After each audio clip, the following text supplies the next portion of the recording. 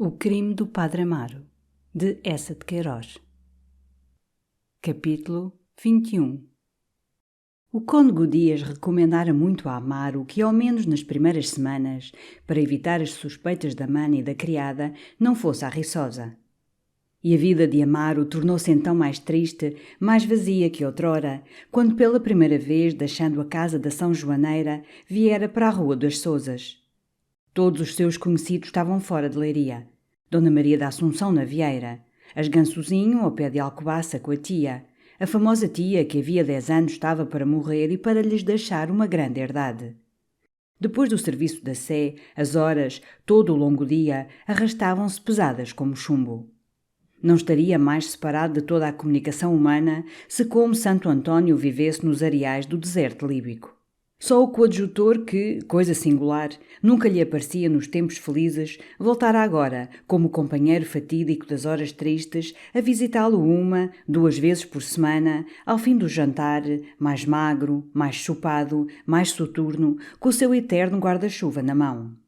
Amaro odiava-o. Às vezes, para o impor, fingia-se todo ocupado numa leitura.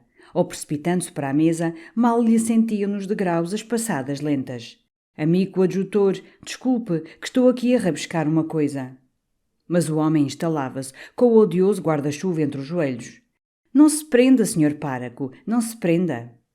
E Amaro, torturado por aquela figura lúgubre que não se mexia na cadeira, atirava a pena, furioso, agarrava o chapéu. «Não estou hoje para a coisa, vou esparecer.» E à primeira esquina descartava-se bruscamente o coadjutor. Às vezes, farto de solidão, ia visitar o Silvério. Mas a felicidade pachorrenta daquele ser obeso, ocupada em colecionar receitas de medicina caseira e em observar as perturbações fantásticas da sua digestão. Os seus constantes louvores do Dr. Godinho, dos pequenos e da senhora. As chalaças obsoletas que ele repetia havia 40 anos e a inocente hilariedade que elas lhe davam, impacientavam Amaro. Saía, enervado, pensando na sorte inimiga que o fizera tão diferente do Silvério. Aquilo era a felicidade por fim, porque não havia de ele ser também um bom padre caturra, com uma pequenina mania tirânica, parasita regalado de uma família respeitável, tendo um destes sangues tranquilos que giram sob camadas de gordura, sem perigo de transbordar e de causar desgraças, como um riacho que corre por baixo de uma montanha. Outras vezes ia ao colega Natário, cuja fratura, maltratada ao princípio, o retinha ainda na cama com o aparelho na perna.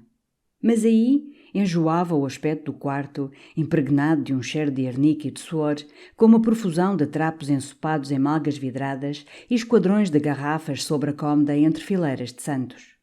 Natário, mal o via aparecer, rompia em queixas. As cavalgaduras dos médicos, a sua má sorte habitual, as torturas a que o forçavam, o atraso em que estava a medicina neste maldito país.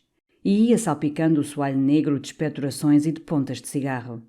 Desde que estava doente, a saúde dos outros, sobretudo dos amigos, indignava-o como uma ofensa pessoal. «E você sempre rijo, hã? Pudera!» murmurava com rancor. E pensar que aquela besta do Brito nunca lhe doera a cabeça, e que o alarve do abade se gabava de nunca ter estado na cama depois das 7 da manhã. Animais!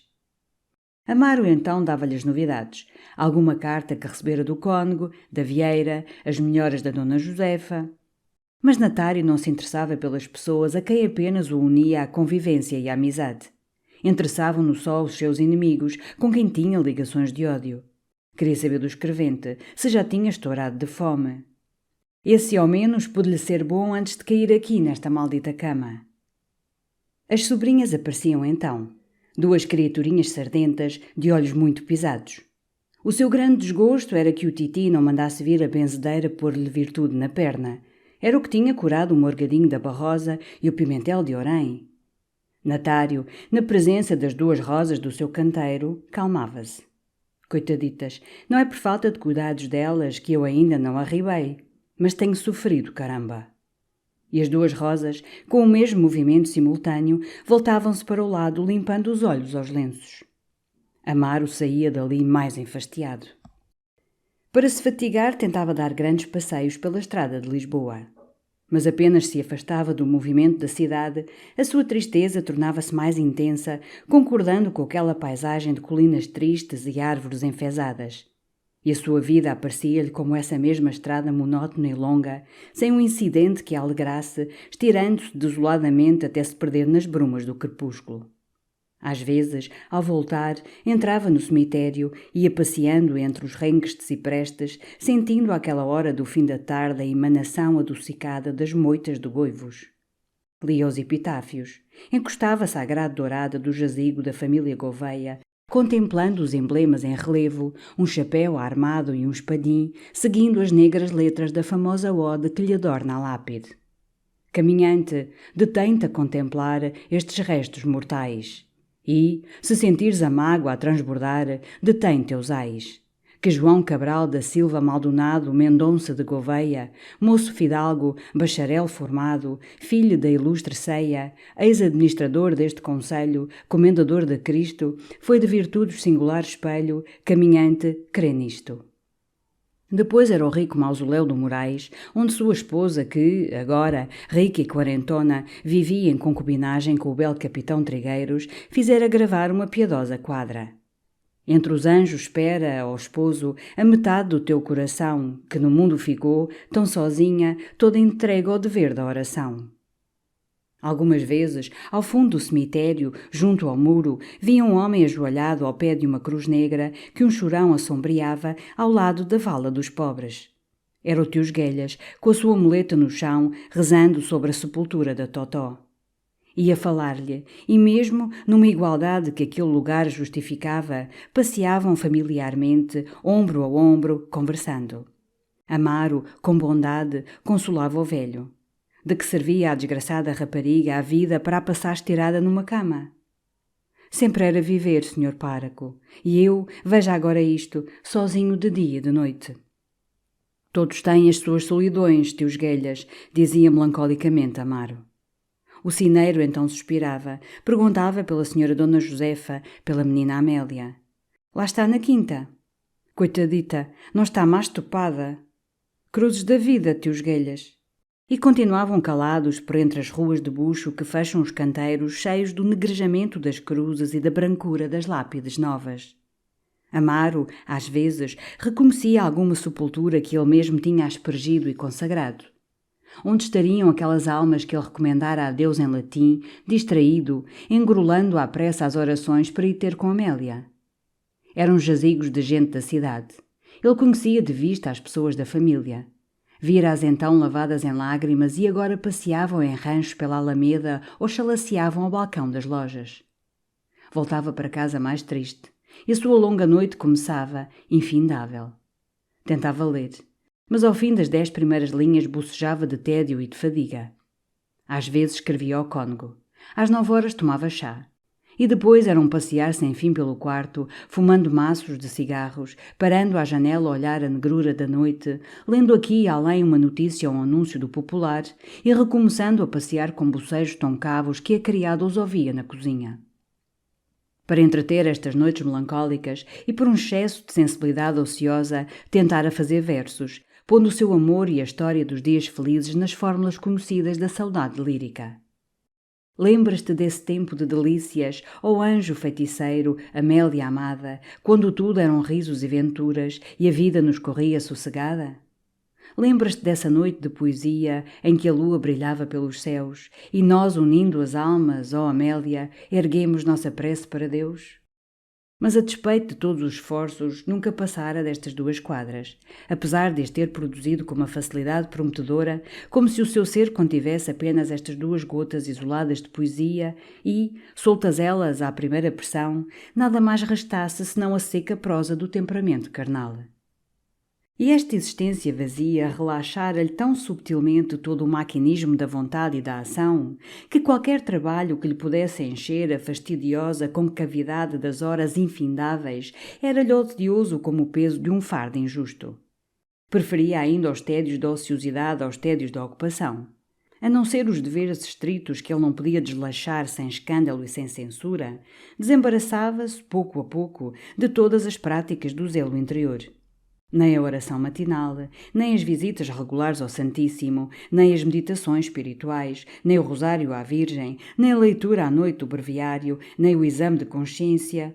Todas essas obras de devoção, estes meios secretos de santificação progressiva, substituíam-o pelos infindáveis passeios pelo quarto, do lavatório à janela e por maços de cigarros fumados até ao negro dos dedos. A missa, pela manhã, era rapidamente engrolada. O serviço da paróquia feito com surdas revoltas de impaciência. Tornara-se consumadamente o indignos sacerdos dos ritualistas. E tinha na sua ampla totalidade os 35 defeitos e os 7 meios defeitos que os teólogos atribuem ao mau padre. Só lhe restava, através da sua sentimentalidade, um apetite tremendo. E como a cozinheira era excelente, e a senhora Dona Maria da Assunção, antes da sua partida para a Vieira, lhe deixaram um fornecimento de 150 missas a cruzado, banqueteava-se, tratando-se a galinha e a geleia, regando-se de um vinho picante da bairrada que o padre-mestre lhe escolhera. E ali ficava à mesa, horas esquecidas, de perna esticada, fumando sobre o café e lamentando não ter à mão a sua Améliasita. Que fará ela por lá, a pobre Améliasita? Pensava, espreguiçando-se com tédio e com langor. A pobre Améliasita, na Riçosa, amaldiçoava a sua vida. Logo durante a jornada no Charraban, Dona Josefa lhe fizera tacitamente sentir que dela não tinha a esperar nem a antiga amizade, nem o perdão do escândalo. E assim foi quando se instalaram. A velha tornou-se intratável. Era todo um modo cruel de abandonar o tu, de a tratar por menina, uma recusa ríspida se Amélia lhe queria arranjar a almofada ou aconchegá-la no chale. Um silêncio repreensivo quando ela lhe passava o serão no quarto, costurando. E a todo momento alusões suspiradas ao triste encargo que Deus lhe mandara no fim dos seus dias. Amélia, consigo, acusava o pároco. Ele prometera-lhe que a madrinha seria toda caridade, toda cumplicidade, e entregava-a por fim a uma semelhante ferocidade de velha virgem devota. Quando se viu naquele casarão da Riçosa, num quarto regelado, pintado a cor de canário, lugubremente mobilado com uma cama de docel e 2 cadeiras de couro, chorou toda a noite com a cabeça enterrada no travesseiro, torturada por um cão que debaixo das janelas, se estranhando sem dúvida as luzes e o movimento na casa, uivou até de madrugada. Ao outro dia desceu à quinta a ver os caseiros. Era talvez boa gente com quem podia distrair-se. Encontrou uma mulher, alta e lúgubre como um cipreste, carregada de luto. Um grande lenço negro tingido, muito puxado para a testa, dava-lhe um ar de farricoco. E a sua voz gemebunda tinha uma tristeza de dobre afinados. O homem pareceu-lhe ainda pior, semelhante a um orangotango, com 2 orelhas enormes, muito despegadas do crânio, uma saliência bestial do queixo, as gengivas deslavadas, um corpo desengonçado de tísico, de peito metido para dentro. Abalou bem depressa, foi ver o pomar. Andava maltratado. As ruazitas estavam invadidas por um ervaçal úmido. E a sombra das árvores, muito juntas, num terreno baixo, cercado de altos muros, dava uma sensação doentia. Era ainda preferível passar os seus dias metida no casarão. Dias infindáveis, em que as horas se iam movendo com o vagar fastidioso de um desfilar funerário. O seu quarto era na frente. E pelas 2 janelas recebia a impressão triste da paisagem que se estendia de fronte, uma ondulação monótona de terras estéreis com alguma magra árvore aqui e além. Um ar abafado em que parecia errar constantemente a exalação de paúis próximos e de baixas úmidas e a que nem o sol de setembro dissipava o tom sesonático. Logo pela manhã ia ajudar a levantar Dona Josefa, acomodá-la no canapé. Depois vinha costurar para o pé dela, como outrora na Rua da Misericórdia para o pé da mãe. Mas agora, em lugar das boas cavaqueiras, tinha só o silêncio intratável da velha e a sua ronqueira incessante. Pensara em fazer vir o seu piano da cidade. Mas, apenas em tal falou, a velha exclamou com azedume: "A menina está doda, não tem saúde para tocatas. Ora o despropósito." A Gertrudes também não lhe fazia companhia. Nas horas em que não estava ao pé da velha ou na cozinha, desaparecia. Era justamente daquela freguesia e passava o seu tempo pelos casais, palrando com as antigas vizinhas. A pior hora era ao anoitecer. Depois de rezar o seu rosário, ficava junto à janela olhando estupidamente as gradações da luz poente. Todos os campos pouco a pouco se perdiam no mesmo tom pardo. Um silêncio parecia descer, pousar sobre a terra. Depois uma primeira estrelinha tremeluzia e brilhava. E diante dela era então só uma massa inerte de sombra muda até ao horizonte, onde ainda ficava um momento uma delgada tira cor de laranja desbotada. O seu pensamento, sem nenhum tom de luz ou contorno de objeto em redor que o prendesse, ia muito saudoso para longe, para a vieira. Àquela hora a mãe e as amigas recolhiam do passeio na praia. Já todas as redes estavam apanhadas. Já pelos palheiros começavam a aparecer as luzes. É a hora do chá, dos quinos alegres, quando os rapazes da cidade vão em rancho pelas casas amigas, com uma viola e uma flauta, improvisando soarés. E ela ali, só. Era então necessário deitar a velha, rezar com ela e com as Gertrudes o terço. Acendiam depois o candeeiro de latão, pondo-lhe diante uma velha chapeleira para dar sombra ao rosto da doente. E todo o serão, no silêncio lúgubre, apenas se ouvia o rumor do fuso das Gertrudes que fiava agachada a um canto. Antes de se deitarem, iam trancar todas as portas, num medo constante de ladrões. E então começava para Amélia a hora dos terrores supersticiosos. Não podia adormecer, sentindo ao pé a negrura daquelas antigas salas desabitadas e em redor o tenebroso silêncio dos campos. Ouvia ruídos inexplicáveis.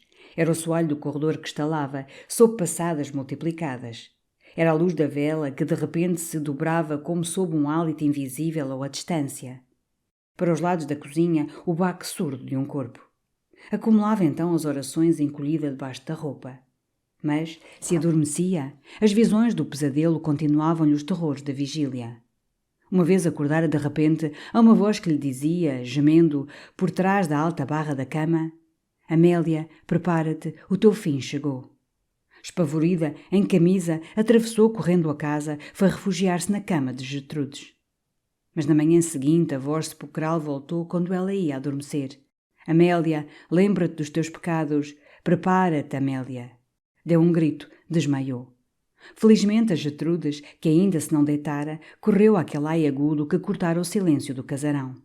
Achou-a estirada ao través do leito, com os cabelos soltos da rede arrojando no chão, as mãos geladas e como mortas. Desceu a acordar a mulher do caseiro e até de madrugada foi uma azáfama para a chamar à vida. Desde esse dia a Gertrudes dormia ao pé dela e a voz não tornou a ameaçá-la por trás da barra. Mas, de noite e de dia, não a deixou mais a ideia da morte e o pavor do inferno. Por esse tempo, um vendedor ambulante de estampas passou pela Riçosa, e a senhora Dona Josefa comprou-lhe 2 litografias, a morte do justo e a morte do pecador. Que é bom que cada um tenha o exemplo vivo diante dos olhos, disse ela. Amélia não duvidou ao princípio que a velha, que contava morrer no mesmo aparato de glória com que expirava o justo da estampa, lhe quisera mostrar a ela, a pecadora, a cena pavorosa que a esperava. Odiou-a por aquela picardia. Mas a sua imaginação aterrada não tardou a dar à compra da estampa outra explicação. Era Nossa Senhora que ali mandara o vendedor de pinturas para lhe mostrar ao vivo na litografia da morte do pecador o espetáculo da sua agonia. E estava então certa que tudo seria assim, traço por traço, o seu anjo da guarda fugindo aos soluços. Deus Padre desviando o rosto dela com repugnância, o esqueleto da morte rindo às gargalhadas, e demónios de cores rutilantes, com todo um arsenal de torturas, apoderando-se dela, uns pelas pernas, outros pelos cabelos, arrastando-a com uivos de júbilo para a caverna chamejante toda abalada da tormenta de rugidos que solta a eterna dor.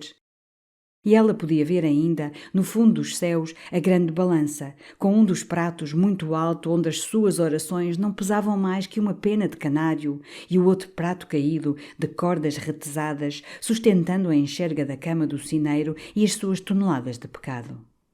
Caiu então numa melancolia histérica que a envelhecia.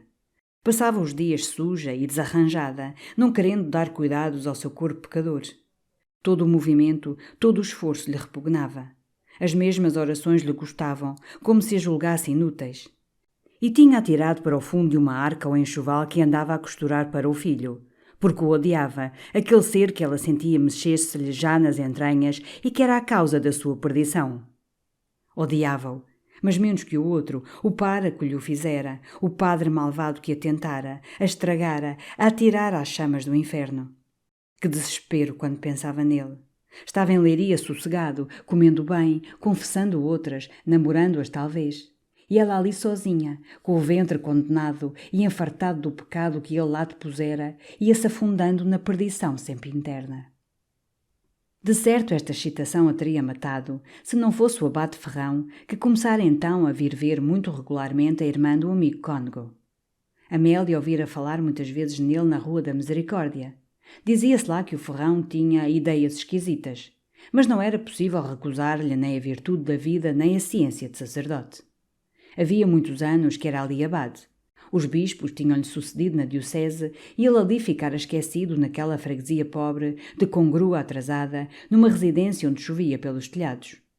O último vigário-geral, que nunca dera um passo para o favorecer, dizia-lhe todavia liberal de palavreado: "Você é um dos bons teólogos do reino. Você está predestinado por Deus para um bispado.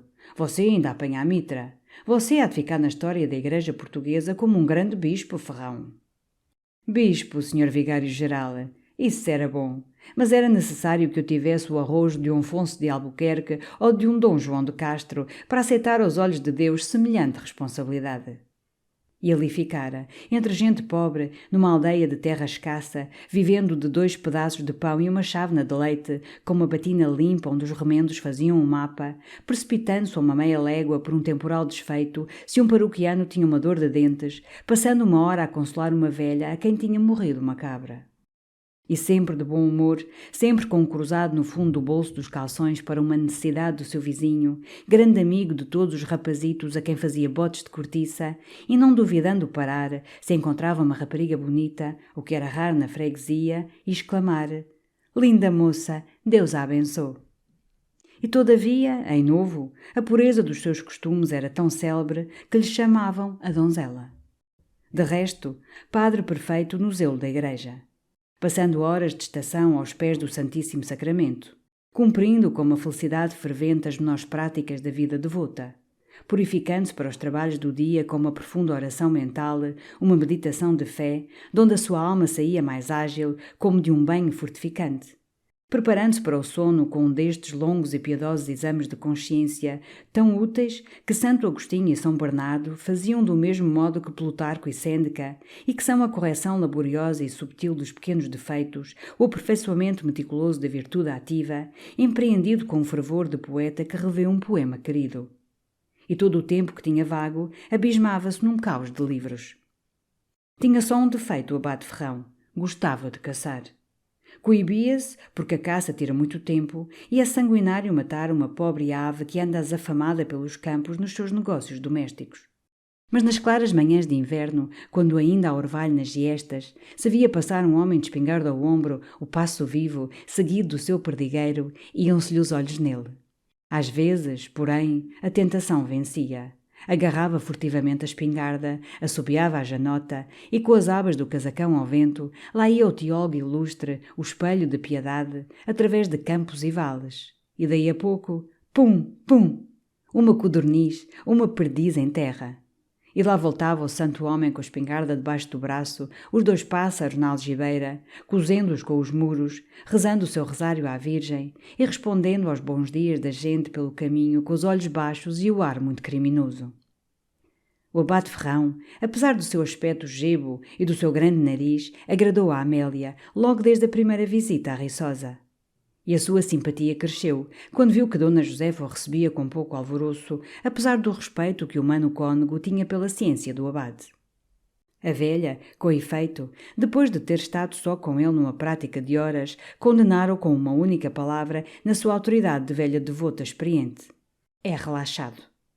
Não se tinham realmente compreendido. O bom Ferrão, tendo vivido tantos anos naquela paróquia de 500 almas, as quais caíam todas, de mães e filhas, no mesmo molde de devoção simples a Nosso Senhor, Nossa Senhora e São Vicente, patrono da freguesia, tendo pouca experiência de confissão, encontrava-se subitamente diante de uma alma complicada de devota da cidade, de um beatário caturra e atormentado. E ao ouvir aquela extraordinária lista de pecados mortais, murmurava espantado: "É estranho. É estranho." Percebera bem ao princípio que tinha diante de si uma dessas degenerações mórbidas do sentimento religioso que a teologia chama doença dos escrúpulos e de que na sua generalidade estão afetadas hoje todas as almas católicas. Mas depois, a certas revelações da velha, receou estar realmente em presença de uma maníaca perigosa. E instintivamente, com o singular horror que os sacerdotes têm pelos dodos, recuou a cadeira. Pobre Dona Josefa! Logo na primeira noite em que chegara a Riçosa, contava ela, ao começar o rosário a Nossa Senhora, lembrara-lhe de repente que lhe esquecera o saiote de flanela escarlate que era tão eficaz nas dores das pernas. 38 vezes de seguida recomeçara o rosário e sempre o saiote escarlate se interpunha entre ela e Nossa Senhora. Então desistira, de exausta, desfalfada. E imediatamente sentira dores vivas nas pernas e tivera como uma voz de dentro a dizer-lhe que era Nossa Senhora por vingança a espetar-lhe alfinetes nas pernas. O abade pulou. Oh, minha senhora! Ai, não é tudo, senhor abade! Havia outro pecado que a torturava. Quando rezava, às vezes, sentia vir a expectoração. E tendo ainda o nome de Deus ou da Virgem na boca, tinha de escarrar. Ultimamente engolia o escarro, mas estivera pensando que o nome de Deus ou da Virgem lhe descia de embrulhada para o estômago e se ia misturar com as fezes. Que havia de fazer? O abade, de olhar esgazeado, limpava o suor da testa. Mas isto não era o pior. O grave era que na noite antecedente estava toda sossegada, toda em virtude, a rezar a São Francisco Xavier, e de repente, nem ela soube como, põe-se a pensar como seria São Francisco Xavier nu em pelo. O bom Ferrão não se moveu, atordoado. Enfim, vendo-o olhar ansiosa para ele, à espera das suas palavras e dos seus conselhos, disse: E há muito que sente esses terrores, essas dúvidas? Sempre, senhor abade, sempre. E tem convivido com pessoas que, como a senhora, são sujeitas a essas inquietações? Todas as pessoas que conheço, dúzias de amigas, todo o mundo. O inimigo não me escolheu só a mim. A todos se atira. E que remédio dava a essas ansiedades de alma? Ai, senhor abade, aqueles santos da cidade, o senhor Páraco, o senhor Silvério, o senhor Guedes, todos nos tiravam sempre de embaraços. E com uma habilidade, com uma virtude. O abade Ferrão ficou calado um momento. Sentia-se triste, pensando que por todo o reino tantos centenares de sacerdotes trazem assim voluntariamente o rebanho naquelas trevas de alma, mantendo o mundo dos fiéis num terror abjeto do céu, representando Deus e os seus santos como uma corte que não é menos corrompida, nem melhor, que a de Calígula e dos seus libertos. Quis então levar àquele noturno cérebro de devota, povoado de fantasmagorias, uma luz mais alta e mais larga. Disse-lhe que todas as suas inquietações vinham da imaginação torturada pelo terror de ofender a Deus. Que o Senhor não era um amo feroz e furioso, mas um pai indulgente e amigo. Que é por amor que é necessário servi-lo, não por medo. Que todos esses escrúpulos, Nossa Senhora a enterrar alfinetes, o nome de Deus a cair no estômago, eram perturbações da razão doente. Aconselhou-lhe confiança em Deus, bom regime para ganhar forças. Que não se cansasse em orações exageradas. E quando eu voltar, disse enfim, erguendo-se e despedindo-se, continuaremos a conversar sobre isto e havemos de serenar essa alma. Obrigado, senhor abade, respondeu a velha secamente. E apenas a Gertrudes daí a pouco entrou a trazer-lhe a botija para os pés, Dona Josefa exclamou, toda indignada, quase choramingando: Ai, não me presta para nada, não me presta para nada. Não me percebeu. É um trapado, é um pedreiro livre, Gertrudes. Que vergonha num sacerdote do Senhor. Desde esse dia não tornou a revelar ao abade os pecados medonhos que continuava a cometer. E quando ele, por dever, quis recomeçar a educação da sua alma, a velha declarou-lhe sem rodeios que, como se confessava com o senhor padre Gusmão, não sabia se seria delicado receber de outro a direção moral. O abade fez-se vermelho, respondeu: Tem razão, minha senhora, tem razão. Deve-se ter muita delicadeza nessas coisas. Saiu. E daí por diante, depois de ter entrado no quarto a saber-lhe da saúde, de ter falado do tempo, da estação, das doenças que iam, de alguma festa na igreja, apressava-se em se despedir e ir para o terraço conversar com Amélia. Vendo-a sempre tão tristonha, interessara-se por ela.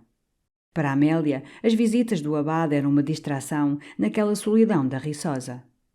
E assim se iam familiarizando, a ponto que nos dias em que ele regularmente vinha, Amélia punha um mantelete e ia pelo caminho dos Poiais esperá-lo até junto à casa do ferrador. As conversas do abade, falador incansável, entretinham-na, tão diferentes dos mexericos da Rua da Misericórdia. Como o espetáculo de um largo vale com árvores, plantações, águas, pomares e rumor de lavouras recreia os olhos habituados às quatro paredes caiadas de uma trapeira da cidade. Tinha com efeito uma destas conversações semelhantes aos jornais semanais de recreio, o tesouro das famílias ou as leituras para serões, em que há de tudo: doutrina moral, histórias de viagens, anedotas de grandes homens, dissertações sobre a lavoura, citação de uma boa chalaça, traços sublimes da vida de um santo, um verso aqui e além, e até receitas, como uma muito útil que deu à Amélia para lavar as flanelas sem encolherem.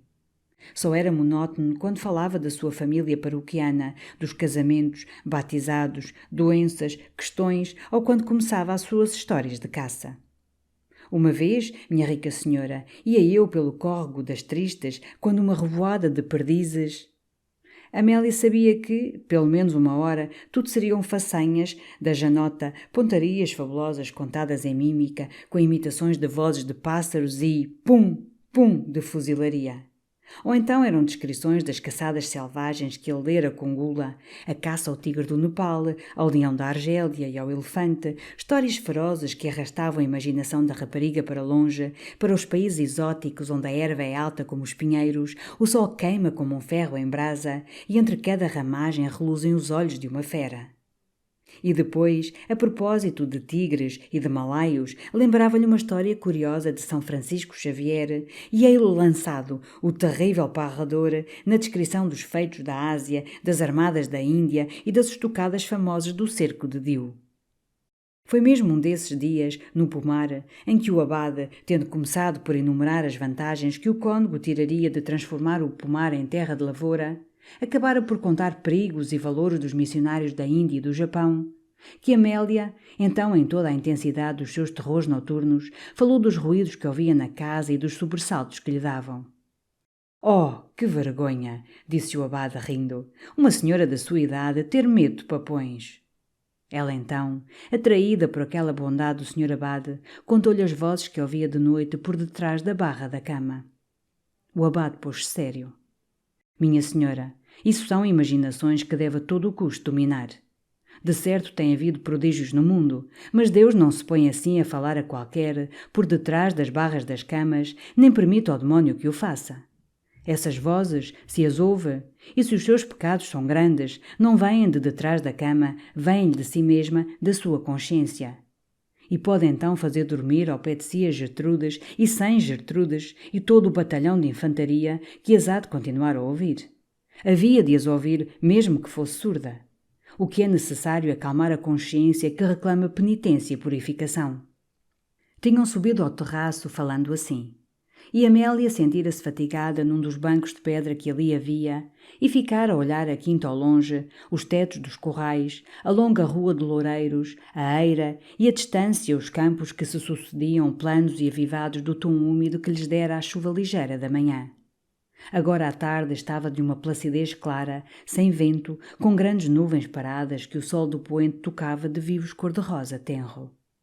Pensava naquelas palavras tão sensatas do abade, no descanso que gozaria se cada pecado que lhe pesava na alma como um penedo se tornasse ligeiro e se dissipasse sob a ação da penitência.